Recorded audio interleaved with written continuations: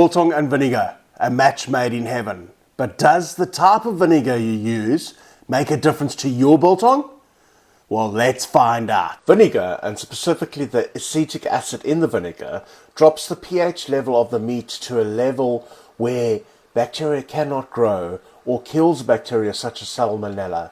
And that is the main reason why vinegar is used, for safety. Right, so I'm just going to slice this up and we're going to try 5 different flavors. We're going to try the white vinegar, malt, balsamic, red wine vinegar and cider vinegar. And we're going to check. Can they all be used? Does anything go wrong? Do you actually taste a difference in flavor? So first we'll just cut up all the meat. As usual, go with the grain.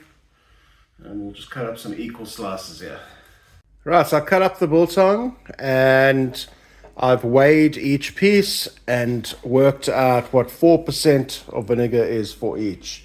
So here we got the cider vinegar, the malt, red wine vinegar, white vinegar, and balsamic vinegar. So now I'm just going to get the vinegar all the way through the meat, and then we'll spice it. Okay, so let's start with the red wine vinegar over here. So this is the 4%. I found a great study that looked at the safety in biltong processing, and they tested vinegar of 2, 3 and 4% to see when it would be able to achieve a 5-log reduction in Salmonella. In this study, they found that 2% was not enough, but 3 and 4% were. And this is the reason why I've just taken 4%, the higher side of that, to test here. Also thinking it might give a bit more flavour. Okay, we're just going to carry on, just going to put the dry mix on through the biltong here, like we do with all the other biltong we make, so it's all equal. We'll let that marinate overnight.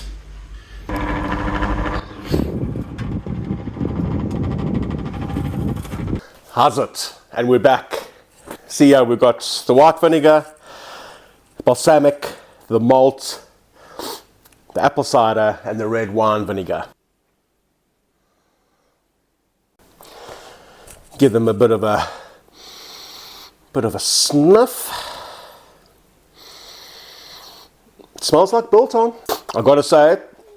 No, you can't really tell a big difference. But there is a slight, you can slightly pick something up, but nothing like strong. But it's all about the taste. There's no mold, so it looks like it's done its job, which is exactly what we needed. And as before, we used 4%. I normally use actually a little bit less, but 4% is not bad. So let's get down to it. Let's slice these beautiful sticks up. So let's start with the white vinegar.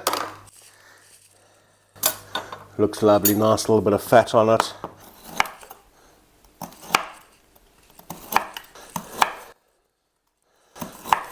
Shall we? So let's just make it all look kiffier. Next off the rank is we got ourselves a little bit of red wine vinegar. Red wine. No, not that one. My child just gave me a very strange look. But I'm a dad, dude. Anyway, here we go. Oh, look at that fat. Ooh. So we've got some red wine vinegar going on here, people. Oh, I can actually smell the red wine vinegar in this one. Interesting. Cool. Okay, next. Apple cider vinegar. Now this is what I mostly use. I always have apple cider vinegar in the cupboard. So this is kind of my go-to. This red wine. I bet you got that song in your head now, right? Oh, but a UB40. Been a while. Okay, what's next? Ooh, we got ourselves the malt vinegar. So, malt vinegar, for all those who do not know, this is pretty much the standard. I would call the traditional vinegar to use with biltong is the malt vinegar. Most traditional recipes call for that, and yes, it is good. It is very distinctive. Can't really smell it until I've cut it here, but let's have a look.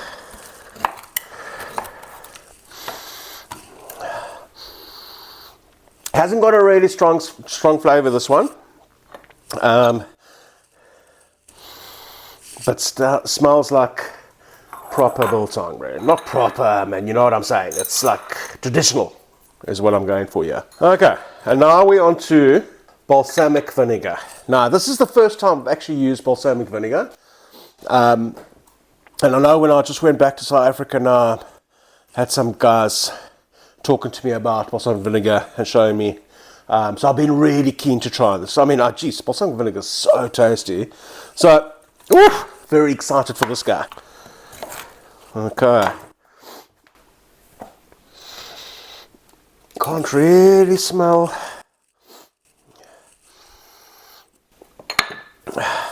My smell's not the greatest anyway since the last time I had a cold, but I'll get my kids to give it a quick sniff and we'll see if there's any difference, and I'll come back to you before we do a taste test. Okay, back soon. Okay, right. I've got a second opinion from the family, and yes, you can smell a little bit of the vinegar in there. So yes, it does provide a little bit of flavor in terms of what you can smell, but now can you actually taste the difference? Does it make a difference to your biltong? Only one way to find out. Let's get stuck in. So, white wine vinegar. Let's have a look here. I don't smell anything. Tastes like biltong did. Lovely salt. Spices in there, perfect. Salt level's great. I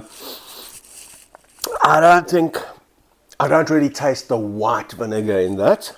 Anyway, let's move to the next guy. And what have we got here? Oh, a little UB40 favorite. Let's go with red wine vinegar. I definitely smell it on here. So, that one definitely makes a difference, I think. Not much of a taste. It tastes like the other biltong, to be honest. But you've got a bit of a smell in.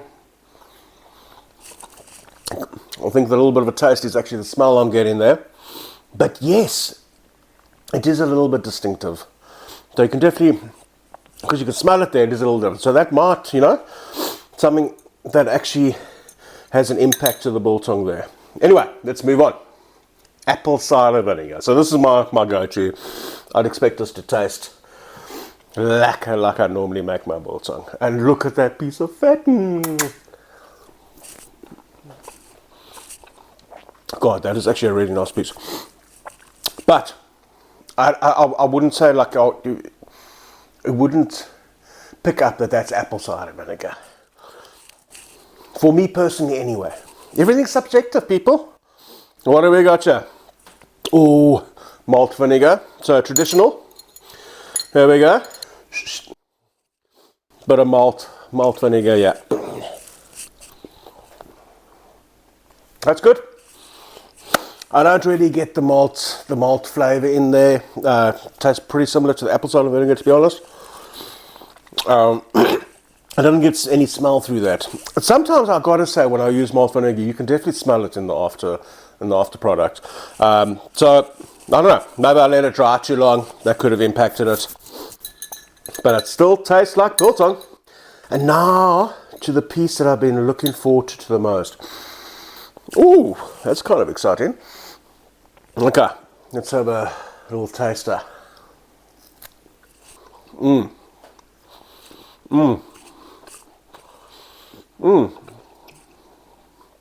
God, that is nice, eh? Again, similar to the red wine one, it's more so a smell. The taste is like, I'm not sure if it's distinctive balsamic vinegar taste, but you definitely, the smells in there, so you get that flavor coming through. I've got to say, I love this. Next batch, I'm definitely using this 100%. I'm going to do a little bit more experimenting with this one. We'll see what happens. So we've done the taste test now. I think overall, yes, vinegar does impart some flavour. I think I definitely can taste it in the red wine vinegar and the balsamic vinegar. The rest kind of tastes pretty much the same. I think it's clear now that the main purpose of vinegar is for the safety when you're making it. Does it impart some flavour? Yes, it does. I think that flavour can change from vinegar to vinegar, its strength, how long you dry it for, how quickly you eat it. So there's many different parameters to work with here. But it is essential that you use it when making biltong. And as we've shown in that research paper, it seems like 4% is the minimum dose to ensure that you get a 5-log reduction in safety. So don't be worried about which vinegar you have. Just use whatever you got. It will work. As long as it's vinegar, it will do its job in the safety. So don't let vinegar stop you from making biltong. If you like the video, please subscribe, like the channel. It really helps my channel out. And come back and see. I'm going to be making lots more videos about biltong. Thank you very much for watching. Appreciate it. Cheers.